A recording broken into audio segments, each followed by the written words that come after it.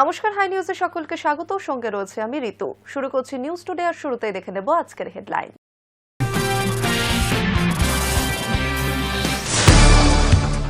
মঙ্গলে ভোটার তালিকার খসড়া প্রকাশ। সন্দেহের তালিকায় প্রায় 2 কোটি ভোটার, 58 লক্ষের বেশি মৃত ও স্থানান্তরিত ভোটার বাদ। শহরে শীতের ঘাটতি থাকায় বাড়ছে দূষণ। ভোরের দিকে কলকাতার বাতাস ক্রমশই অস্বাস্থ্যকর হয়ে উঠছে।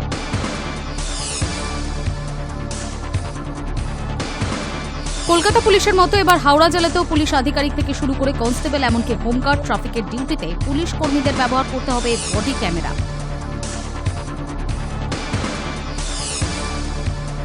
সংস্কারের কাজের জন্য দীর্ঘ কয়েক মাস ধরে বন্ধ ব্লু লাইনের কবি সুভাষ। পাওয়া যাচ্ছিল না জয়হিন্দ স্টেশন পর্যন্ত মেট্রো পরিষেবা।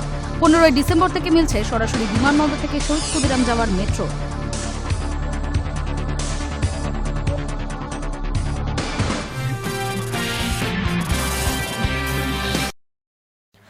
লিওনেল মেসির কলকাতা সফর ঘিরে চূড়ান্ত বিশৃঙ্খলার সাক্ষী থেকেছেন শহরবাসী। এবার সেই ঘটনা জল গড়ালো আদালতের দোরগোড়ায়। সল্টলেকের যুবভারতী স্টেডিয়ামের অশান্তি নিয়ে কলকাতা হাইকোর্টে দায়ের হল জনস্বার্থ মামলা। মঙ্গলবার শুনানির সম্ভাবনা প্রধান বিচারপতির ডিভিশন বেঞ্চে। বিশ্ববিখ্যাত ফুটবলার লিওনেল মেসির কলকাতা সফর ঘিরে চূড়ান্ত বিশৃঙ্খলার সাক্ষী থেকেছেন শহরবাসী। এবার সেই ঘটনার জল গড়ালো আদালতের দোরগোড়ায়। সল্টলেকের যুবভারতী স্টেডিয়ামে অশান্তি নিয়ে কলকাতা হাইকোর্টে দায়ের হয়েছিল জনস্বার্থে মামলা। মঙ্গলবার শুনানির সম্ভাবনা প্রধান বিচারপতির ডিভিশন বেঞ্চে। এই মামলার তদন্তে রাজ্য সরকারের তৈরি সিটকে চ্যালেঞ্জ করে আরেকটি মামলা দায়ের করা হয়েছে। চলতি সপ্তাহে ভারপ্রাপ্ত প্রধান বিচারপতি ডিভিশন বেঞ্চে তার শুনানি হতে পারে বলে সূত্রের খবর। গত 13 ডিসেম্বর শনিবার মেসির সফরে কার্যত নজিরবিহীন অশান্তির ছবি উঠে এসেছিল কলকাতার বুকে। যুবভারতী স্টেডিয়ামে ফুটবলের ঈশ্বরকে একবার দেখার জন্য সাধ্যমতো চড়া দামে টিকিট কেটেছিলেন মেসি ভক্তরা। কিন্তু নির্ধারিত সময়ে দেখা গেল মেসি মাঠে ঢুকলেও তাকে ঘিরে ভিআইপিদের এতটাই ভিড় যে ফুটবলাররা অবয়বটুকু দেখতে পায়নি। ফলে জনবিক্ষোভের নিমেষের মধ্যে কার্যত বিস্ফোরণের ঘটনা যুবভারতীতে। দামি টিকিট থাকা সত্ত্বেও প্রিয় ফুটবলারকে দেখতে না পেয়ে মাঠের ভিতর ঢুকে পড়ে উন্মুক্ত জনতা, তাণ্ডব চালায়। চেয়ার ভাঙচুর, জলের বোতল ছোড়া, ব্যানার পোস্টার টেনে খুলে ফেলার মতো অপ্রীতিকর সমস্ত ঘটনা ঘটে যায় কয়েক ঘণ্টার মধ্যেই। এর দায় গিয়ে বর্তায় উদ্যোক্তা সংস্থার ওপরে। সেই সময় মেসির সঙ্গে হায়দ্রাবাদের অনুষ্ঠানে যোগ দিতে যাচ্ছিলেন মূল উদ্যোক্তা শতদ্রু দত্ত। জনরোষ সামলাতে তাকে দমদম বিমানবন্দর থেকে প্রথমে আটক করে পুলিশ, পরে সিআইএসএফ এর সহযোগিতায় গ্রেফতার করা হয়। আপাতত শতদ্রু 14 দিনের পুলিশি জেল হেফাজতে রয়েছেন। পাশাপাশি ব্যারিকেড ভেঙে মাঠে ঢুকে রীতিমতো তাণ্ডব চালায় উন্মুক্ত জনতা। এবার ভাঙচুরের অভিযোগে দুজনকে গ্রেফতার করল বিধাননগর দক্ষিণ থানার পুলিশও। কলকাতা ময়দানে এমন এক ঘটনায় নিন্দার স্বরূপ সব মহল। এবার সেই জল গড়ালো আদালতে। জানা গিয়েছে, সোমবার কলকাতা হাইকোর্টে যুবভারতী কাণ্ডে জনস্বার্থে মামলা দায়েরের আবেদন জানান এক আইনজীবী। তাকে মামলা দায়েরের অনুমতি দেন ভারপ্রাপ্ত প্রধান বিচারপতি সুজয় পাল। মঙ্গলবার শুনানি হতে পারে প্রধান বিচারপতির ডিভিশন বেঞ্চে। অন্যদিকে এই বিশৃঙ্খলার তদন্তে রাজ্য সরকারের অবসরপ্রাপ্ত বিচারপতি অসীম কুমার রায়ের নেতৃত্বে যে বিশেষ আধিকারিক দল বা সিট গঠন করেছিল তাকে চ্যালেঞ্জ করে মামলা দায়েরের আবেদন জানিয়েছিলেন আইনজীবী সব্যসাচী চট্টোপাধ্যায়। চলতি সপ্তাহে এই মামলার শুনানির সম্ভাবনা ভারপ্রাপ্ত প্রধান বিচারপতি সুজয় পালের ডিভিশন বেঞ্চে। আবার এই ঘটনায় আমজনতার আর্থিক লোকসানের বিষয়টিও তুলে ধরে ইডিকে দিয়ে তদন্তের আবেদনও জানিয়েছিল আরও এক আইনজীবী মৈনাক ঘোষাল। তার আবেদন, তছনছ হয়ে যাওয়া যুবভারতীর মেরামত যেন আয়োজক সংস্থার অর্থেই করা হয়। টিকিটের মূল্য সকলকে ফেরত দেওয়া হয় এবং আদালতের নজরদারি তদন্ত চলে। এ নিয়ে পৃথক মামলা দায়ের হয়েছে। High News network. যুবভারতী কাণ্ডে 6টি সংস্থার প্রতিনিধিকে তলব বিধাননগর পুলিশের। মঙ্গলে হাজিরা দিতে হবে শতদ্রু সংস্থার কর্তাদেরও। মেসির কলকাতা সহ ভারত সফরের প্রধান আয়োজক ছিলেন শতদ্রু। সল্টলেকের যুবভারতী স্টেডিয়ামে লিওনেল মেসির অনুষ্ঠানে বিপর্যয়ের ঘটনায় 6 জনকে তলব করল বিধাননগর পুলিশ কমিশনারেট। তারা 6টি পৃথক সংস্থার প্রতিনিধি। তাদের মধ্যে শতদ্রু দত্তের সংস্থার কর্তারাও রয়েছেন বলেই খবর। মঙ্গলবার তাদের থানায় হাজিরা দিতে বলা হয়েছে। মেসির কলকাতা সহ ভারত সফরের প্রধান আয়োজক শতদ্রু। শনিবার কলকাতায় এসেছিলেন আর্জেন্টাইন তারকা, কিন্তু সল্টলেক স্টেডিয়ামে তার অনুষ্ঠান ঘিরে চূড়ান্ত বিশৃঙ্খলা তৈরি হয়। আয়োজকদের অপদার্থতায় মাত্র 16 মিনিটেই মাঠ ছাড়তে হয় মেসিদের। অভিযোগ, মেসিকে গ্যালারি থেকে দেখাই যায়নি। তিনি মাঠে প্রবেশ করার সঙ্গে সঙ্গে তাকে ঘিরে ধরেছিলেন শখানেক মানুষ। তাদের মধ্যে নেতা, মন্ত্রী, আয়োজক, কর্তা ব্যক্তি, ছবি শিকারীরাও ছিলেন। মেসি এসেছিলেন সতীর্থ লুইস সুয়ারেজ ও রদ্রিগো ডি পলকে নিয়ে। ভিড়ের ধাক্কাধাক্কিতে সুয়ারেজের পেটে কুনুইয়ের গুঁতো লাগে, হাতে নখের আঁচড় লাগে ডি পলের। অত্যন্তই অস্বস্তি নিয়ে মাঠ ছাড়েন তারা। মেসিকে বার করে নিয়ে যান তার নিরাপত্তা রক্ষীরা। এরপরই ক্রুদ্ধ জনতা যুব ভারতীতে ভাঙচুর চালায়। চেয়ার উপরে ছুঁড়ে ফেলা হয়। হাজারো মানুষ মাঠের ভেতরে ঢুকে পড়েন। পুলিশকে তাড়া করেন তারা।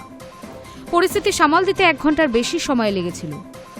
সেই দিনই মেসির সঙ্গে হায়দ্রাবাদে উড়ে যাচ্ছিলেন শতদ্রু। তাকে বিমানবন্দর থেকে গ্রেফতার করে বিধাননগর পুলিশ। রবিবার বিধাননগর মহকুমা আদালত শতদ্রুর জামিনের আর্জি খারিজ করে দিয়েছে। তাকে 14 দিনের পুলিশ হেফাজতের নির্দেশ দিয়েছেন বিচারক। High News network.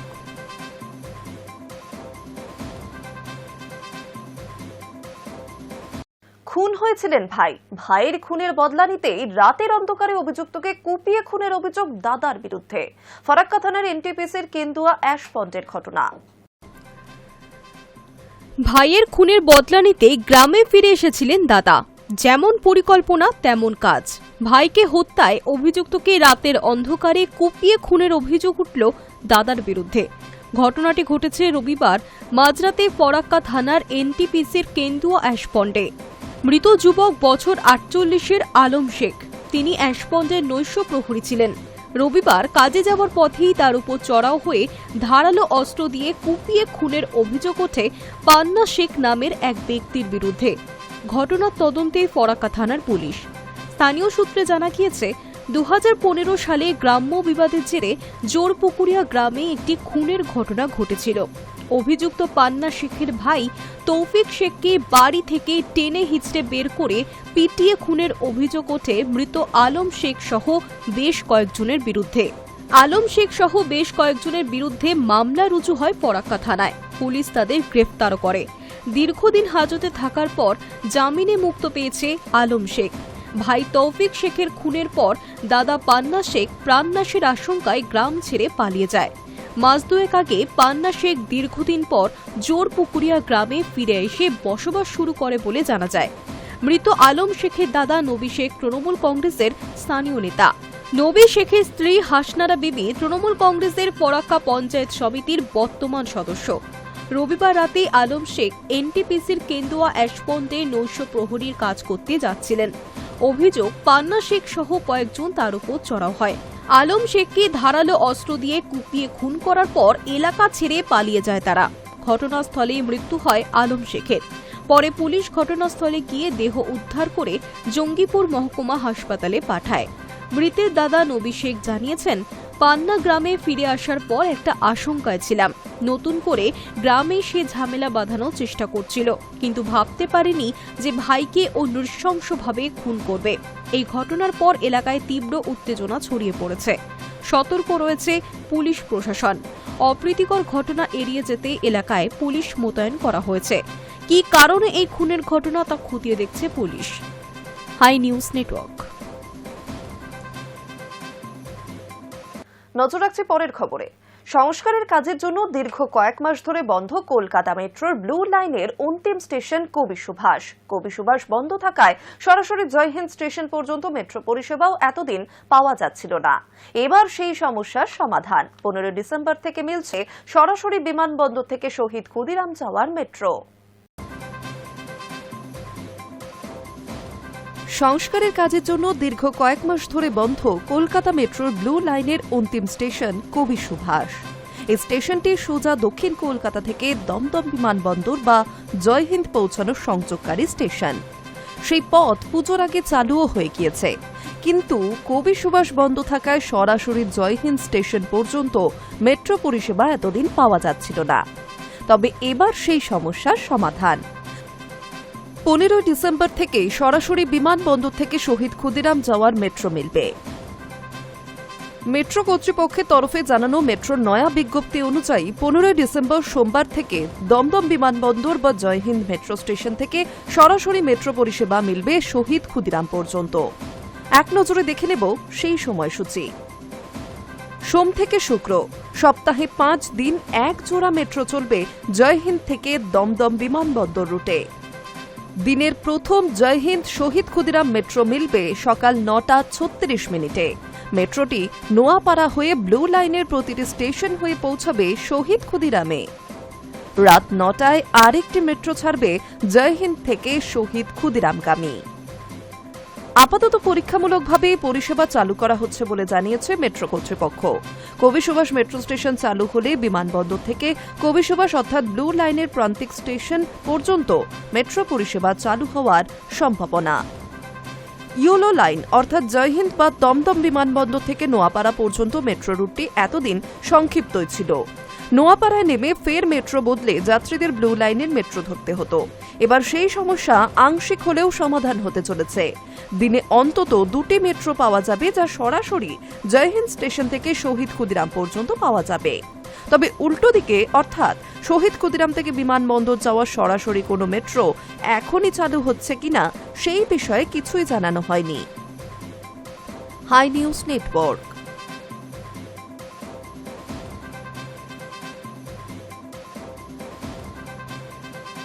কলকাতা পুলিশের মতো এবার হাওড়া জেলাতেও পুলিশ আধিকারিক থেকে শুরু করে কনস্টেবল এমনকি হোমগার্ড ট্রাফিকের ডিউটিতে পুলিশ কর্মীদের ব্যবহার করতে হবে বডি ক্যামেরা। হাওড়া সিটি পুলিশের উদ্যোগে এমনই পাইলট প্রজেক্ট শুরু হলো হাওড়ায়।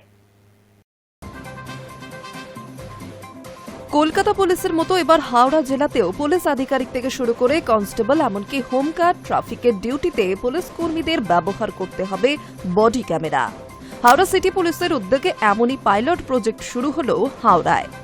রাস্তায় ট্রাফিক নিয়ন্ত্রণে পুলিশের ভূমিকা কিরকম, রাস্তায় সাধারণ মানুষের নানাবিধ অভিযোগ, এই বডি ক্যামেরার ফুটেজ থেকে এইসব সংক্রান্ত যাবতীয় খুঁটিনাটি এবার থেকে খতিয়ে দেখবে হাওড়া সিটি পুলিশ। প্রথম পাইলট প্রজেক্ট শুরু হলো হাওড়া ট্রাফিক গার্ড এলাকায়।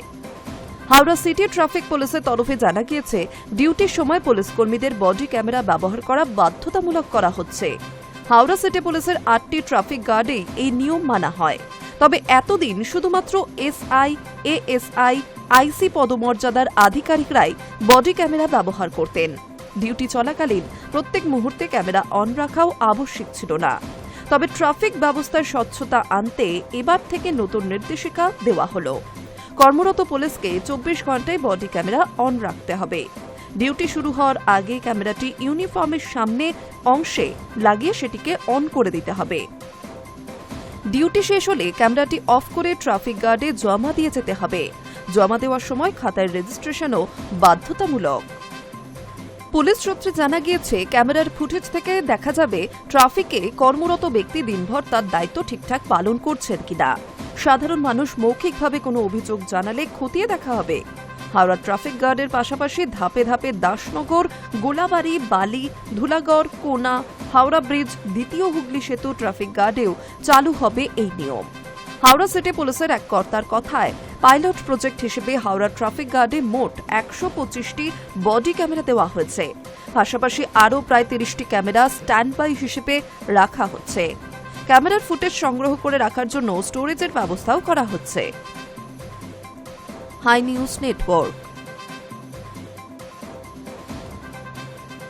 আগামী বছর চালু হতে পারে উত্তরবঙ্গ মেডিকেল কলেজ ও হাসপাতালে নির্মীয়মান ক্যান্সার হাসপাতাল। পাশাপাশি জানা যাচ্ছে, প্রায় শেষের পথে রয়েছে ক্রিটিক্যাল কেয়ার ব্লকের কাজ। আগামী বছর চালু হতে পারে উত্তরবঙ্গের মেডিকেল কলেজ ও হাসপাতালে নির্মীয়মান ক্যান্সার হাসপাতাল। পাশাপাশি প্রায় শেষের পথে রয়েছে ক্রিটিক্যাল কেয়ার ব্লকের কাজ। এসব কাজ পরিদর্শন করেন রাজ্যের স্বাস্থ্য সচিব মৌমিতা গোদারা বাসু। হাসপাতালের একাধিক অংশ ঘুরে দেখেন তিনি। একই সঙ্গে হাসপাতালের কর্তৃপক্ষ ও বিভিন্ন বিভাগের আধিকারিকের সঙ্গে বৈঠকও করেন তিনি। নতুন বছর থেকে এই হাসপাতাল ক্যান্সার চিকিৎসা পরিষেবা শুরু করার পরিকল্পনায় রয়েছে। তবে এখন অনেকটা কাজই বাকি রয়েছে। সূত্রের খবর, সচিব সহ আধিকারিকদের একটি দল প্রথমে হাসপাতালের নির্মীয়মান ক্যান্সার হাসপাতাল পরিদর্শন করেন। সেখান থেকে কোথায় কি হবে তার খোঁজ খবরও নেন। তারপর সেখান থেকে নির্মীয়মান 100 শয্যা বিশিষ্ট ক্রিটিক্যাল কেয়ার ব্লক পরিদর্শনে যান। ক্যান্সার হাসপাতালের কাজ কিছুটা বাকি থাকলে সিসিইউ ব্লকের কাজ প্রায় শেষের পথে। হাসপাতালের সুপার স্পেশালিটি ব্লক পরিদর্শন করেন তিনি। এরপর তারা মেডিকেল কলেজ চিকিৎসকদের সঙ্গে একটি বৈঠকে বসেন। সেখানে উপস্থিত ছিলেন হাসপাতালের সুপার ডক্টর সঞ্জয় মল্লিক। হাসপাতালের একাধিক সমস্যার কথা তার সামনে তুলে ধরেন হাসপাতাল কর্তৃপক্ষ। একাধিক বিষয়ের জন্য অর্থও চাওয়া হয়। সুপার স্পেশালিটি ব্লকের একাধিক জায়গায় ফলস সিলিং খুলে গিয়েছে, তার জন্য অর্থও চাওয়া হয়। অন্যদিকে একাধিক পরামর্শ দেন মৌমিতা। পিডিয়াট্রিক ওয়ার্ডের বাইরে মহিলাদের বসার জন্য বেঞ্চ বসানোর নির্দেশ দেন তিনি। এই বিষয়ে হাসপাতালের সুপার সঞ্জয় মল্লিক বলেন, দ্রুত গতিতে সমস্ত কাজ এগিয়ে চলেছে, তবে ঠিক কবে থেকে ক্যান্সার ব্লকের পরিষেবা চালু হবে সেটা এই মুহূর্তে বলতে পারছি না, সেটা পূর্ত দপ্তর বলতে পারবে। উনি এসে বিভিন্ন বিষয় খতিও দেখেছেন। কর্মী সংকটের বিষয়টিও তুলে ধরেন সুপার। তিনি বলেন, একটি বিভাগ চালাতে প্রফেসর, অ্যাসিস্ট্যান্ট প্রফেসর ও রেসিডেন্সিয়াল মেডিকেল অফিসার সহ অন্য কর্মীদের প্রয়োজন। কর্মী না থাকায় সব বিভাগ চালু করা যাচ্ছে না। এই বিষয়টি জানানো হয়েছে, তবে স্বাস্থ্য সচিব এই বিষয়ে কোনো মন্তব্য করতে চাননি। হাসপাতাল কর্তৃপক্ষের দাবি, নতুন এই পরিকাঠামো তৈরি হলে উত্তরবঙ্গ আরও আধুনিক চিকিৎসা দেওয়া সম্ভব হবে। তারা আশাবাদী, আগামী বছর শুরুর দিকে ক্যান্সার ব্লকের বহির্বিভাগ চালু করা হবে। 100 কোটি টাকা ব্যয় করে এই হাসপাতাল তৈরি হচ্ছে। ক্যান্সার হাসপাতাল চালু হয়ে গেলে যে সকল গরিব পরিবার বিনা চিকিৎসার জন্য বিপাকে পড়ে তাদের জন্য সুবিধা হবে বলে খবর। High News Network. শহরে শীতের ঘাটতি থাকায় দূষণ বেড়ে চলেছে। ভোরের দিকে কলকাতার বাতাস ক্রমশই অস্বাস্থ্যকর হয়ে উঠছে বলে জানাচ্ছেন পরিবেশবিদরা। বিশেষ করে যেসব এলাকায় যানবাহনের চাপ বেশি, সেখানে বাতাস আরও অস্বাস্থ্যকর হয়ে উঠছে বলেই খবর। শহরে শীতের ঘাটতি থাকায় দূষণ বেড়ে চলেছে। ভোরের দিকে কলকাতার বাতাস ক্রমশই অস্বাস্থ্যকর হয়ে উঠছে বলে জানাচ্ছে পরিবেশবিদরা। দক্ষিণবঙ্গের একাধিক জেলায় শীতের কামড় টের পাওয়া গেলেও কলকাতায় সেই শীত এখনও পুরোপুরি ধরা দেয়নি। পুরুলিয়া, বাঁকুড়া সহ পশ্চিমের জেলাগুলিতে ঠান্ডায় কাঁপুনি রয়েছে, কিন্তু শহরে শীতের আমেজ যথেষ্ট নয় বলছেন আবহাওয়াবিদরা। একজন পরিবেশবিদ একটি বেসরকারি সংবাদ মাধ্যমকে জানিয়েছে, কলকাতায় শীতের ভাব থাকলেও ডিসেম্বরে চীনা কনকনে ঠান্ডা এখনো অধরা। তার উপরে উত্তরে হাওয়ার জোর নেই এবার, ফলে বাতাসে ধূলিকণা বেশি করে জমেছে। বিশেষ করে যেসব এলাকায় যানবাহনের চাপ বেশি, সেখানে বাতাস আরও অস্বাস্থ্যকর হয়ে উঠছে। শীতকালে শুষ্ক আবহাওয়ার কারণে ধূলিকণার পরিমাণ সাধারণত একটু বেশি থাকে, কিন্তু এই বছর কলকাতায় সেই মাত্রা অনেকটাই বেশি। বিশেষ করে ভিক্টোরিয়া ও ময়দান এলাকায় বাতাসের স্বাস্থ্য ভালো নয়। ভোরের দিকে এই সব অঞ্চলে বাতাসের গুণমান সূচক পৌঁছে যাচ্ছে 146 অন্য একজন পরিবেশবিদ জানিয়েছে, ভোরে যে কুয়াশা দেখা যাচ্ছে তা আসলে ধোঁয়াশা। ধূলিকণা জমে এটা তৈরি হচ্ছে।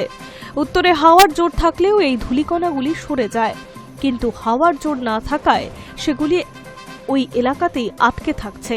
শীতে শিশির পড়লে ধূলিকণার সঙ্গে মিশে বাতাস কিছুটা পরিষ্কার হয়, কিন্তু শীতের খামখেয়ালিপনায় এবার শিশিরও ঠিকমতো পড়ছে না। দিল্লির দূষণ মাত্রা যেখানে 400-র ওপরে, সেখানে কলকাতার পরিস্থিতি তুলনামূলকভাবে কম হলেও তা স্বাভাবিকের থেকে অনেকটাই বেশি। সাধারণত শহরে বাতাসের গুণমান সূচক 70 থেকে 80-র মধ্যে থাকাই ভালো, কিন্তু পরিবেশবিদদের দাবি, এখন কলকাতার দিনে দিনে 250 AQI ছড়িয়ে যাচ্ছে। এই পরিস্থিতিতে চিকিৎসকেরা সতর্ক করছেন। আরজিকর মেডিকেল কলেজের পালমোনারি মেডিসিন বিভাগের প্রাক্তন বিভাগীয় ডাক্তার জানাচ্ছেন, খুব ভোরের শীতে প্রাতঃভ্রমণে না বেরোনোই ভালো। তার কথায়, শীতকালের ভোরে মাটির কাছে বাতাসের ঠান্ডাও ভারী হয়ে থাকে, ফলে দূষণ কণা উপরের দিকে উঠতে পারে। ঘন কুয়াশায় সেই ধূলিকণাগুলি ধরে রাখতে পারে। তার উপরে শীতে কাঠকয়লা পোড়ানোও বাড়ে। সব মিলিয়ে ভোরের বাতাসে ক্ষতিকারক দূষণ কণার পরিমাণ মাত্রা ছাড়া। সূত্রের খবর, রবীন্দ্র সরোবরের মতো এলাকায় এখন দূষণের মাত্রা লাগাম ছাড়া। সকালে বজ্র পোড়ানো, লেক চত্বরের দোকান বেড়ে যাওয়া এবং মেট্রোর কাজের জেরে ভিক্টোরিয়া ময়দানের অঞ্চলে দূষণ অস্বাভাবিক বাড়ছে। সন্ধ্যা থেকে ভোর পর্যন্ত দূষণ মাত্রা সবচেয়ে বেশি থাকে। শীতে বাতাসের আর্দ্রতা কম থাকলেও সাধারণত বেশি শিশির পড়ে ধূলিকণায় জলে পরিণত হচ্ছে, কিন্তু এবার শিশির না পড়ায় ধূলিকণাগুলি জমে ধোঁয়াশা তৈরি করছে। এই ধোঁয়াশা শরীরের পক্ষে অত্যন্ত ক্ষতিকর বলে বলে জানা যাচ্ছে। High News Network.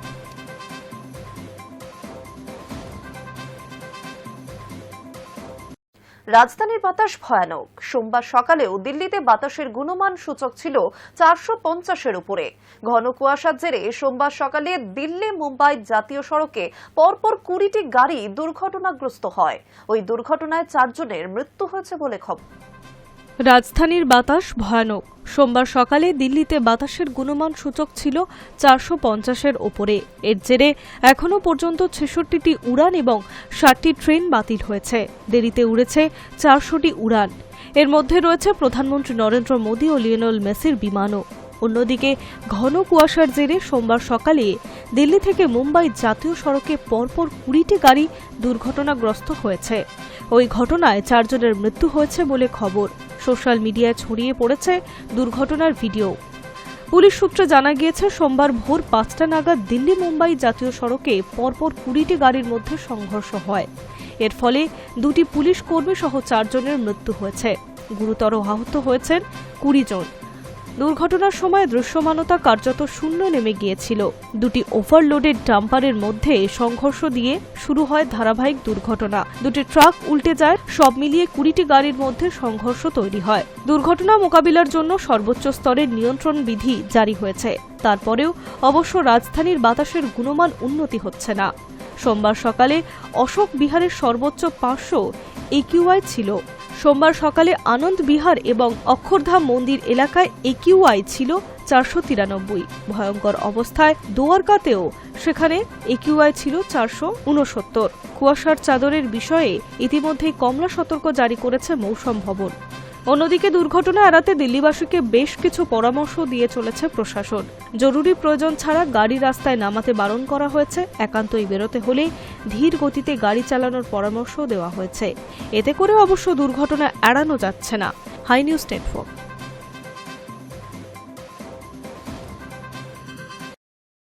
News today এখন এই পর্যন্তই। আরো অন্যান্য খবরের জন্য নজর রাখুন হাই নিউজে। নির্ভীক নিরপেক্ষ।